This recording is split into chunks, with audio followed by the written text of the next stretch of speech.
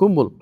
Laula annallahu anqazani. Eger Allah tabaraka ve taala meni Malik menen anan Leys bin Sa'd menen saqtawaganda men adaşkan bolatirem dedi. Emnege adaşkan bolatirem dep aytты, sebebi hadistele okuy bere turgan bolsa, fuqahalardan ilim albasa al adaşıp ketet al adam. Emi İbn Vahab şu sözde aytkandan keyin başka adamlarga ne boluş gerek? Bu sabak boluşu gerek. Fa qila lehu keyfe zalik. Kantip sen adaşatılem? Kantip sen adaşasın? Malik dele bizge okşogan adam, Leys dele bizge okşogan adamsın. Peygamber derçibeysin mi degenler var da o mezgilde daçı. Abu Hanifa'da da bizde yala adam da. Ama ne? Peygamber de albaysın, Kur'an da albaysın aru degendey. Keyfe zalik.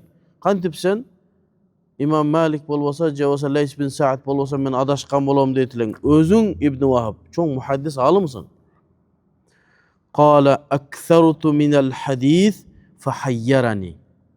Hadisti köp talap kılıverdim, hadisleri toplayıverdim, okuyuverdim. Anan hiraga düşüp kaldım. Bir tunguyuka düşüp kaldım dedi. Bul hadis alayın dese, bu hadis karşı gelet. Bu hadiste bolot dese, başka bir hadiste bolboyt. Hadis okuyan adamlar bilet.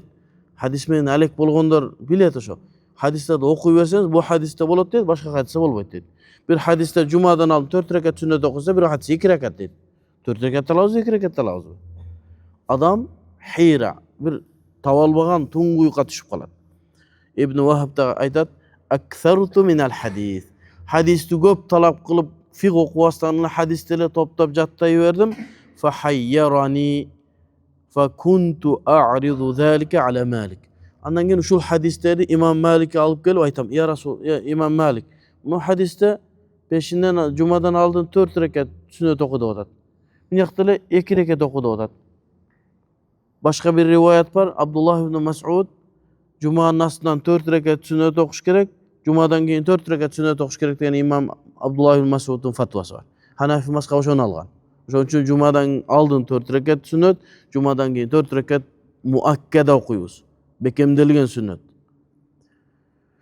Ondan keyin de bir hadis gelet. O Abdullah ibn Mas'ud şunday da fatva beret boç. Abdullah ibn Mas'ud ötüp ketkenden keyin Ali radıyallahu anhu Kufaga halife olup gelgende 4 rekat 5 Cuma nasında 4 rekat sünnet okula, andan keyin 2 rekat sünnet okula, andan 4 rekat sünnet okula dedi.